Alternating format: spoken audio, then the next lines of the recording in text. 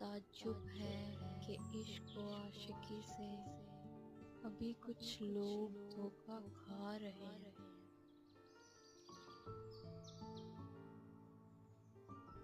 तुम्हें चाहेंगे जब छिन जाओगी तुम, अभी हम तुमको अर्ज़ां पा रहे हैं।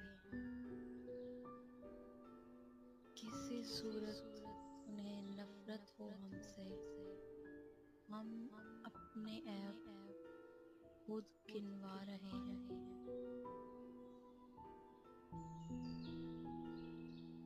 वो पागल मस्त है अपने वफा में, मेरी आंखों में आंसू आ रहे हैं। दलीलों से उसे कायल किया